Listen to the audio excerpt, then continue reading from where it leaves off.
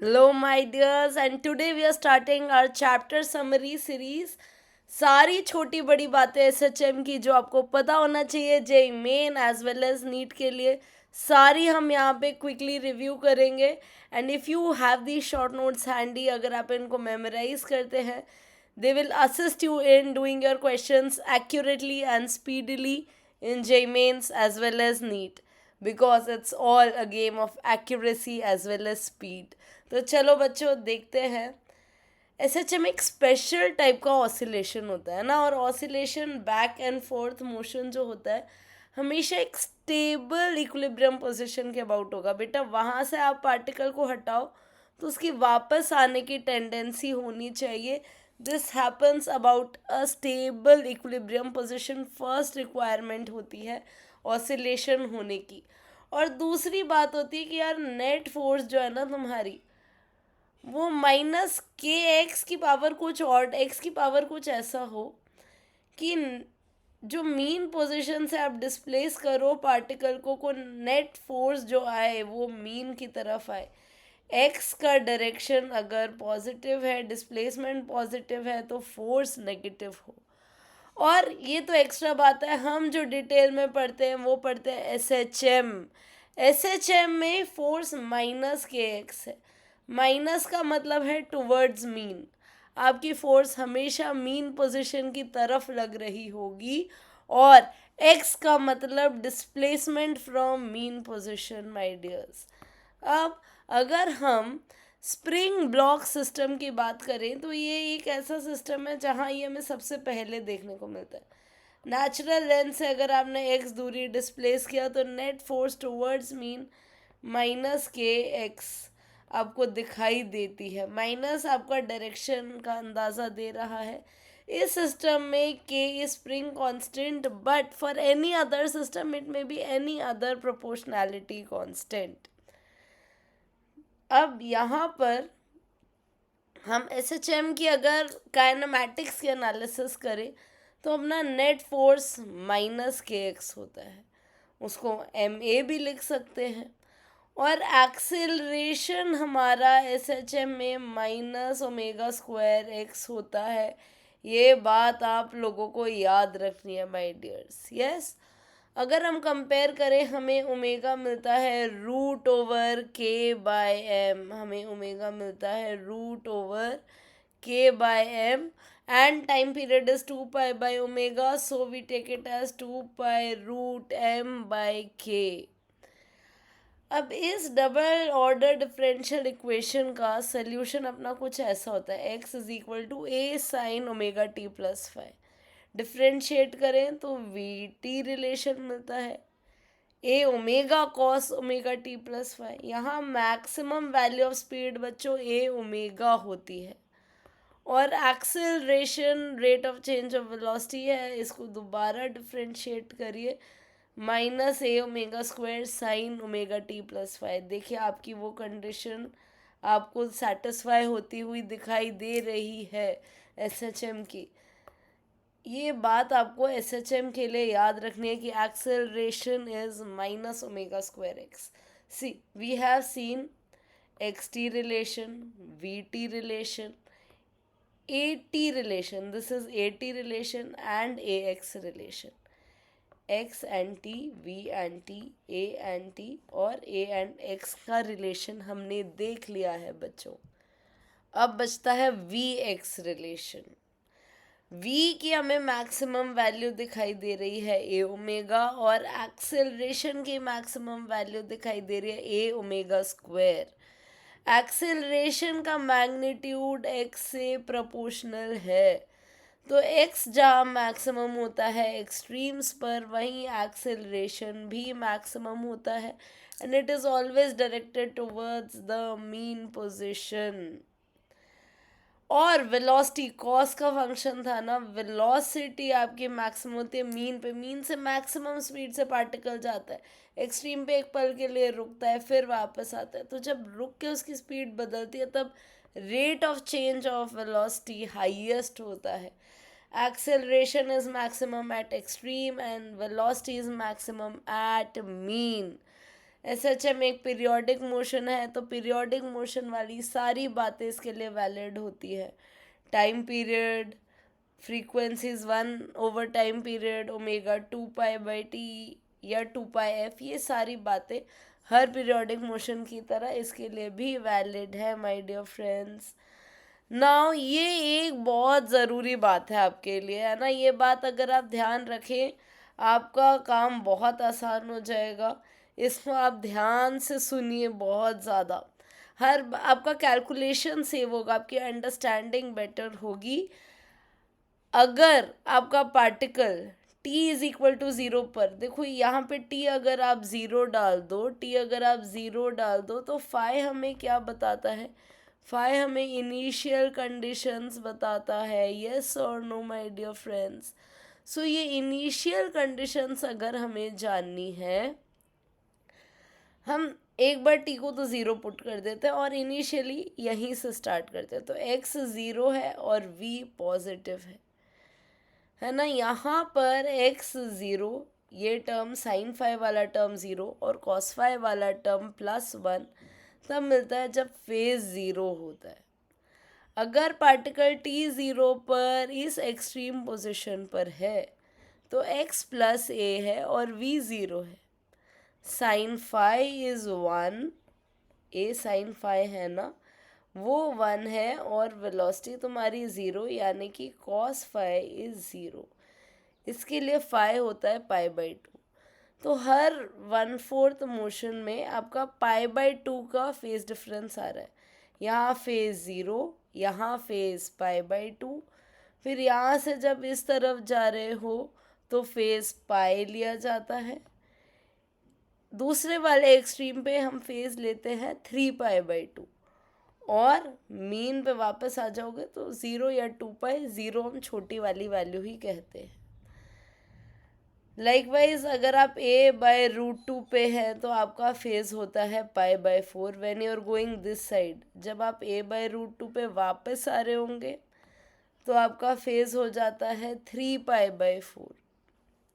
Yes, ये at least ये values आपके दिमाग में रहें तो आपको क्वेश्चन सॉल्विंग में असिस्टेंस मिलता है। t 0 पे यहाँ से जा रहे हैं तो फेज 0, t 0 पे इधर हो तो फेज π/2, यहाँ से नेगेटिव एक्सट्रीम की तरफ जा रहे हो तो फेज पाई, नेगेटिव एक्सट्रीम पे हो तो फेज 3π/2। Is it okay? ये 4 बातें आपको याद रखनी है। अब माय डियर्स, हमने xt vt at रिलेशन देख लिया, ax रिलेशन भी देख लिया था। Acceleration is -ω²x। इसका ग्राफ प्लॉट करेंगे, straight line through origin with negative slope मिलेगा। vx रिलेशन कैसे निकाला जाता है? sin² ωt + फाई और cos² ωt + फाई का रिलेशन लिखा जाता है। साइन को x से निकालते हैं, x/a लिखते हैं, और कॉस को वेलोसिटी से v/a लिख के स्क्वायरिंग एडिंग करते हैं तो आपको ये ग्राफ एलिप्टिकल मिलेगा। If this is v, this is x, graph would be something like this. vx relation आप सॉल्व करोगे, आपको मिलेगा v is equal to ± ω√a² - x²। एकदम रट लीजिए इसको, है ना। एकदम आपके अंदर ऐसा थॉरो होना चाहिए कॉन्सेप्ट कि कभी भी ना भूले जीवन में। अब xt vt at ये सारे साइनोसॉइडल ग्राफ्स है। कहाँ से कहाँ जाने में कितना समय लगता है ये आपके लिए यहाँ पर एक समरी के फॉर्म में दिया हुआ है। क्वेश्चन सॉल्विंग का समय इतना ज़्यादा रिड्यूस हो जाएगा, बहुत सारे अच्छे सवाल आपके लिए ओरल हो जाते हैं अगर आप लोग ये बात याद रखते हैं तो। देखो, ये बात तो ऑब्वियस है, ये बात आप सबको पता होती है छोटी क्लास से भी कि पॉजिटिव 0 से पॉजिटिव एक्सट्रीम से मीन, मीन से नेगेटिव एक्सट्रीम और नेगेटिव एक्सट्रीम से मीन, इन सब में बराबर समय लगता है t/4। लेकिन a/2 तक आने में बराबर समय नहीं बढ़ता। a/√2 के लिए टाइम बराबर बढ़ता है। a/√2 तक t/8, वहाँ से आगे t/8, t/8, मीन से -a/√2 तक t/8। वहाँ से नेगेटिव एक्सट्रीम तक t/8। a/√2 वो जगह है जहाँ के लिए टाइम बराबर बराबर बट रहा है t/8। a/2 के लिए अब आप याद कर लीजिए, this is also very important, बहुत क्वेश्चंस में यूज होता है। I am really telling you, इस पे बेस सवाल आया आपका, question solving time will be reduced by more than 50%। Orally भी हो जाते हैं सवाल। अगर आप 0 से +a/2 जाते हो, देखो बेटा शुरुआत में वेलोसिटी ज़्यादा होती है, मीन पे वेलोसिटी मैक्सिमम होती है, एक्सट्रीम पे वेलोसिटी 0 होती है, आप जल्दी पहुंच जाते हो, आपको t/12 टाइम लगता है। a/2 से a t/6 लगता है, वापस a से a/2 t/6, a/2 से मीन t/12, मीन से नेगेटिव a/2 t/12, और फिर नेगेटिव एक्सट्रीम तक t/6। ये पैटर्न याद रखना है, वापस आओगे t/6, वापस आओगे t/12, मीन से इधर साइड a/2 के लिए t/12, और a/2 से एक्सट्रीम इधर साइड यू गेट t/6। ये बात याद रखनी है हमको। अब ये एक बड़ा कॉमन सा सवाल है, नीट और जेईई मेन दोनों में देखा जाता है। मैक्सिमम वेलोसिटी आपको vm बोल दी गई, और एवरेज वेलोसिटी बतानी है वन एक्सट्रीम से दूसरे एक्सट्रीम तक के लिए। तो डिस्प्लेसमेंट अपॉन टाइम, डिस्प्लेसमेंट तो हुआ 2a और टाइम लगा t/2, लेकिन आंसर a और t के टर्म्स में नहीं देना था, a और ओमेगा के टर्म्स में, मैक्सिमम वेलोसिटी के टर्म्स में देना था। तो टाइम पीरियड को लिख दीजिए 2π/ओमेगा, और a ओमेगा होती है मैक्सिमम स्पीड, तो ये आपका आ जाता है 2vm/π। अब सर्कुलर मोशन में अगर पार्टिकल चल रहा हो तो उसके प्रोजेक्शन के फॉर्म में भी हम SHM को देख सकते हैं। देखिए, मान लेते हैं हम पार्टिकल t0 पर यहाँ पर था, y एक्सिस से हम एंगल मेजर कर रहे हैं, t0 पर पार्टिकल फाई एंगल पे इधर था। जो रेडियस है इस सर्कल का वो मान लेते हैं एम्पलीट्यूड के बराबर है। अब t समय में ये रेडियस कितना घूमेगा, इस सेंस में हम ओमेगा ले रहे हैं, ओमेगा t घूम जाएगा। अब y एक्सिस से total angle my dear friends omega t plus phi बन जाता है। अगर हम इसका प्रोजेक्शन लें x एक्सिस पर तो हमें SHM की इक्वेशन दिखाई देती है, a sine omega t plus phi. But आप बोलोगे मैम ये कैसे SHM कर रहा है? देखो, जैसे जैसे पार्टिकल यहाँ से यहाँ घूमेगा, प्रोजेक्शन इधर से इधर आएगा, यस और नो, 0 से पॉजिटिव एक्सट्रीम। अब जब पार्टिकल इधर से इधर जाएगा तो इसका जो प्रोजेक्शन है वो पॉजिटिव एक्सट्रीम से मीन तक आएगा। When particle moves like this, projection comes from mean to negative extreme, और जब नेगेटिव एक्सट्रीम से मीन तक दोबारा आता है पार्टिकल, प्रोजेक्शन ऐसे चलता है। तो एक सर्कुलर मोशन जब ऐसे हो रहा है, आपका प्रोजेक्शन भी SHM कर रहा है। ये प्रोजेक्शन में आपको SHM की इक्वेशन क्लियरली दिखाई देती है माय डियर फ्रेंड्स। अब एनर्जी की अगर बात करें तो XT/VT रिलेशन हमने देखा ही हुआ है। मान लेते हैं फाई 0 है, वैसे ये जनरल रिजल्ट है, always valid. Potential energy ½ kx², अगर टाइम के साथ देखोगे तो ½ k a² sin² हो जाएगा।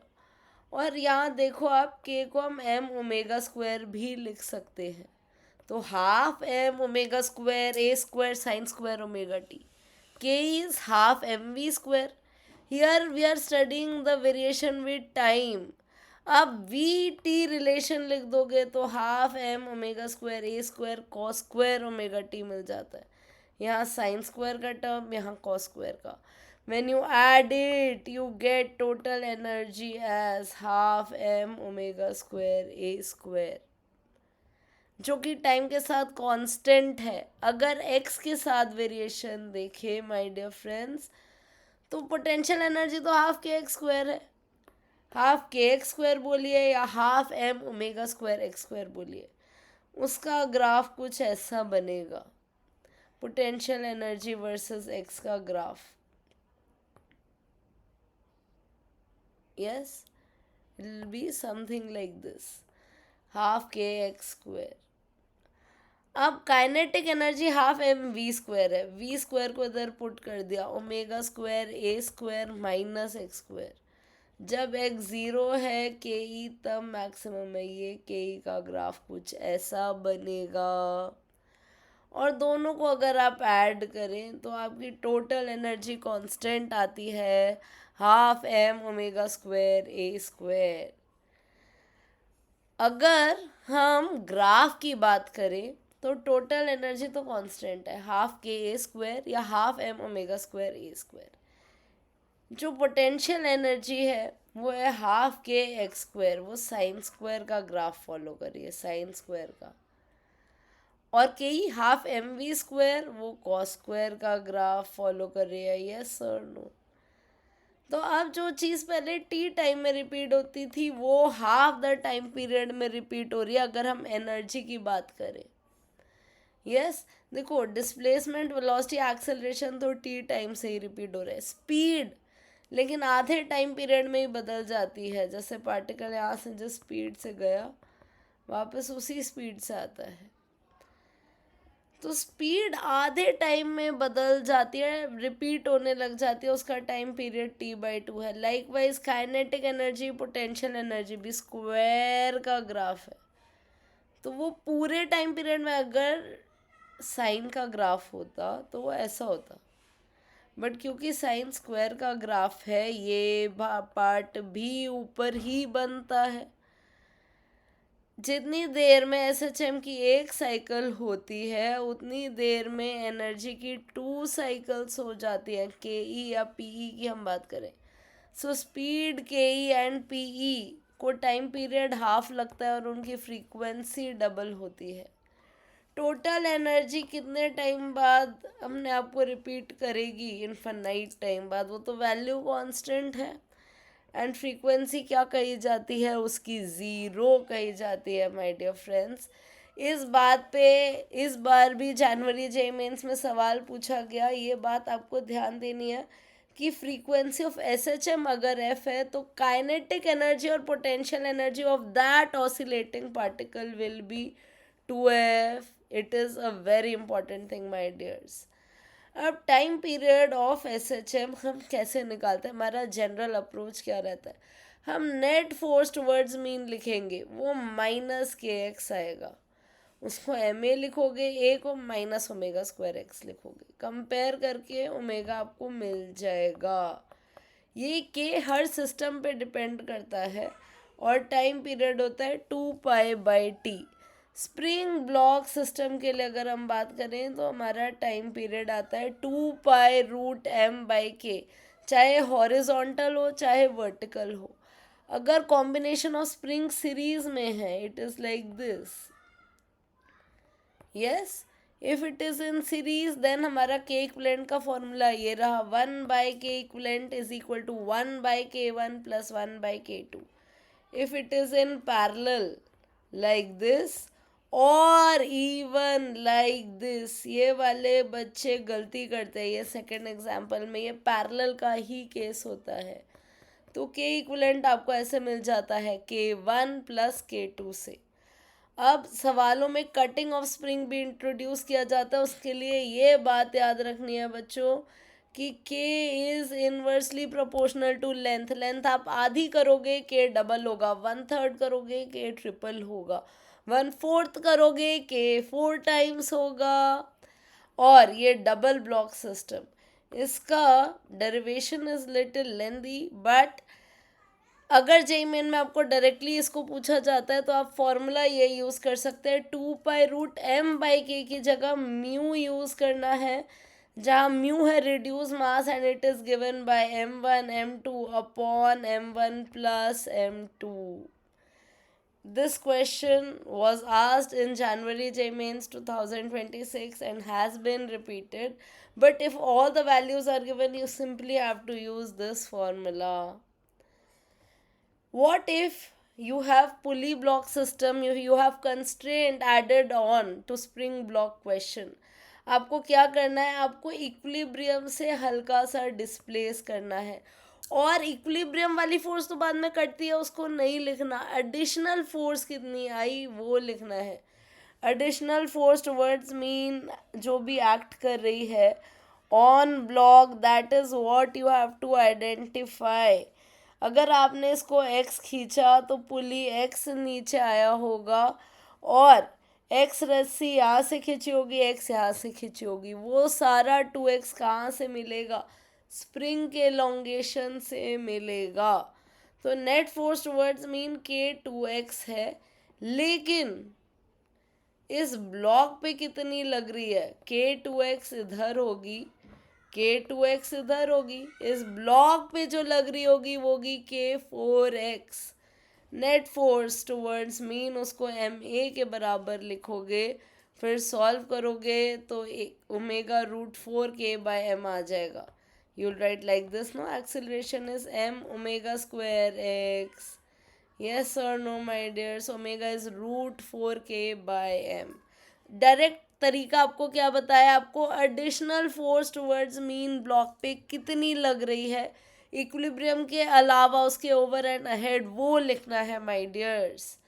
और time period of simple pendulum तो मैम हमको बचपन में ही आ गया था, 2π√L/g होता है.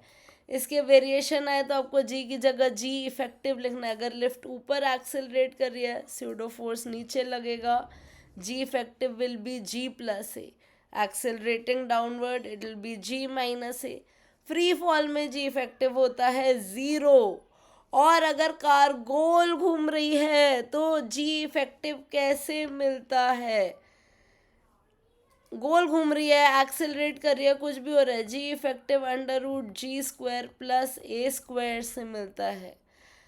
For a car turning on circular track आपको एक्सेलरेशन कितना लेना है, v²/r. ये बात भी आप सबको पता है, बस जी की जगह जी इफेक्टिव लेना है in variations of time period of simple pendulum. अगर आपने उस पेंडुलम को लिक्विड में डिप करा के ऑसिलेट कराना है तो जी इफेक्टिव लिखना पड़ेगा mg minus बॉइंट force by m. अगर आप इलेक्ट्रिक फील्ड में है तो अगर इलेक्ट्रिक फील्ड ग्रेविटी के अलोंग ही है तो आप mg + QE/m करेंगे, अपोजिट है तो mg माइनस QE/m करेंगे. अब माय डियर, सिंपल पेंडुलम में एक वेरिएशन आता है जहाँ लेंथ ऑफ पेंडुलम बहुत बड़ी हो जाती है, अर्थ के रेडियस से कंपेरेबल हो जाती है. अगर आपका L बहुत छोटा है R के कंपैरिजन में, R बहुत बड़ा है, तो R इज़ इन्फिनाइट, 1/r 0 हो जाएगा. टाइम पीरियड का वही फॉर्मूला आ जाएगा जो हम याद करते आ रहे, 2π√L/g. अब अगर L बहुत बड़ा है तो L इन्फिनाइट है, 1/L 0 हो जाएगा. अब टाइम पीरियड हो जाता है 2π√r/g, अर्थ का रेडियस है R, वो लगभग 84.6 मिनट के आसपास आता है. अगर L और R बराबर डालो तो आपका फॉर्मूला आ जाता है 2π√r/2g. Is it okay? ये बहुत इम्पॉर्टेंट बात है, इससे सवाल आता है तो डायरेक्टली जिस बच्चे को फॉर्मूला पता होता है उससे हो जाता है. अब फिजिकल पेंडुलम, कोई भी रिजिड बॉडी को अगर हिंज करके आप डिस्प्लेस करेंगे तो उसका टाइम पीरियड कैसे आता है, 2π√IH, जो कि moment of inertia about hinge है, अपॉन mg/d. d क्या है, हिंज और सेंटर ऑफ मास के बीच की दूरी है. अब किसी लिक्विड में अगर यूनिफॉर्म क्रॉस सेक्शन वाला ब्लॉक फ्लोट कर रहा है तो उसको आप स्लाइडली डिप्रेस करके छोड़े तो वो ऑसिलेशंस करता है, SHM करता है, और टाइम पीरियड उसका कैसा आता है, 2π√m/ρAg. रो याद रखना आपको किसका लिखना है, लिक्विड का लिखना है. रो आपको लिक्विड का लिखना है माय डियर फ्रेंड्स. अगर यू ट्यूब में लिक्विड भरा हुआ है 2L लेंथ का और उसको आप प्रेशर डिफरेंस बदल के एक साइड से ऐसे पुश अप करके छोड़ देते हैं तो वो ऑसिलेट करेगा, SHM करेगा. 2 पाई रूट L/G से, L क्या है, पूरे लिक्विड कॉलम में जितनी लेंथ का लिक्विड है उसका आधा है L। ओके, ये फॉर्मूले पता होने से बहुत छोटे हो जाते हैं सवाल, अदरवाइज आपको डिराइव करना पड़ेगा, it will take a lot of time. अगर ब्लॉक वायर या रॉड से सस्पेंडेड है तो ये इक्विवेलेंट टू स्प्रिंग जैसा ही आपका फॉर्मूला होता है, 2 पाई रूट M/K। लेकिन अब K को हम क्या लिखते हैं, YA/L लिखते हैं, K की जगह YA/L लिखते हैं। पार्टिकल को आप अर्थ में कोई भी टनल डिग करके रिलीज करिए, चाहे इस टनल के लॉन्ग, चाहे इस कॉर्ड के लॉन्ग या डायमीटर के लॉन्ग, टाइम पीरियड सेम ही निकल के आता है। 2 पाई रूट R³/GM बोलिए या 2 पाई रूट R/G बोलिए, all these formulas will save a lot of time in the exam, believe me. अब माय डियर्स, अगर दो SHM का सुपर पोजिशन करना है तो आप उनके बीच का फेज डिफरेंस लेके फेजर मेथड से नेट एम्पलीट्यूड अपना वेक्टर वाला फॉर्मूला लगा देंगे, √A1² plus A2² plus 2A1A2 cos theta, और ये रिजल्टेंट के लिए एंगल के लिए भी वही फॉर्मूला काम दे देता है। अब वैसे डैम्प्ड और SHM और फोर्स्ड ऑसिलेशंस बहुत कम पूछे जाते हैं, बट हल्की सी बात आपको उनकी पता होनी चाहिए। जो डैम्पिंग फोर्स होती है वो वेलोसिटी से प्रोपोर्शनल होती है, जैसे कि विस्कोसिटी की force. Yes my dears, that is proportional to velocity. Stokes law वाली फोर्स जो होती है 6π∗RV। Damping forces, air drag, fluid drag, ये सारी वेलोसिटी से प्रोपोर्शनल होती है। तो ये इसके कारण एनर्जी ऑफ ऑसिलेशन धीरे धीरे कम होते होते वो पार्टिकल ऑसिलेट पहले बड़े एम्पलीट्यूड से छोटे छोटे छोटे से होता होता रुक जाता है। नेट फोर्स आपकी -kx होती थी, उसके एडिशन में एक डैम्पिंग फोर्स BV आ गई है, तो आपकी डिफरेंशियल इक्वेशन की शक्ल अब कुछ बदल जाती है। इसका जो सोल्यूशन आता है, इसमें एम्पलीट्यूड एक्सपोनेंशियली घटता है समय के साथ। x is equal to A0e⁻bt/2m sine omega t plus phi. ये रिलेशन याद करना है, इस पे सवाल बनते हैं ज़्यादा। Amplitude is A0e⁻bt/2m, energy is ½ kA²। Yes, किसी भी पल आप देखें तो एनर्जी भी घटती जाएगी, क्योंकि एम्पलीट्यूड घटता जा रहा है, धीरे धीरे पार्टिकल लंबे समय में जाके रुक जाएगा। अब वो डैम्पिंग ना कम होए ना रुके, उसके लिए ऑसिलेशन को फोर्स किया जाता है। एक एक्सटर्नल ऑसिलेटर होता है जो रेगुलरली आपको वो वेरिएबल फोर्स देता है ताकि आपका ऑसिलेशन सस्टेन होता रह सके। इसमें नेट फोर्स कितनी होती है, जो डैम्पिंग वाली फोर्स थी उसके एडिशन में ड्राइविंग फोर्स भी यूज हो रही है, और वो ड्राइविंग फोर्स आपकी साइनोसॉइडली वेरिंग होती है। अब जो एम्पलीट्यूड है ये किस पे डिपेंड करता है, आपके सिस्टम पे और ड्राइविंग फोर्स पे डिपेंड करता है। ये ड्राइविंग फोर्स की फ्रीक्वेंसी लिखी है ω/d। ये एम्पलीट्यूड का बड़ा सा फॉर्मूला होता है, बट इसमें ये ध्यान रखना है, it depends on the driving force and on the system का क्या नेचुरल फ्रीक्वेंसी है, ड्राइविंग फोर्स की क्या ओमेगा है, ये सारी बातों पे डिपेंड करता है। जो सिस्टम की नेचुरल फ्रीक्वेंसी होती है वो तो हम √K/m से निकाल ही लेते हैं। अब यहाँ देखो, जब नेचुरल फ्रीक्वेंसी और ड्राइविंग फ्रीक्वेंसी बराबर होती है तो एम्पलीट्यूड मैक्सिमम हो जाता है, डिनोमिनेटर लीस्ट पॉसिबल है, एम्पलीट्यूड मैक्सिमम हो जाता है, एनर्जी ऑफ ऑसिलेशन बहुत बढ़ जाती है। इसे कहते हैं रेजोनेंस।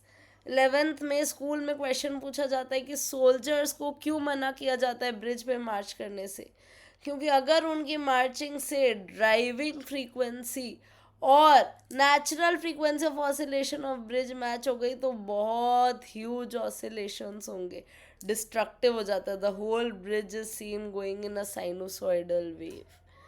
सो माय डियर्स, यहाँ तक सारी कीज हैं SHM की, and if you do them well you will be able to crack questions in a fast, efficient, and smooth manner. All the best. God bless you. May you rise and shine.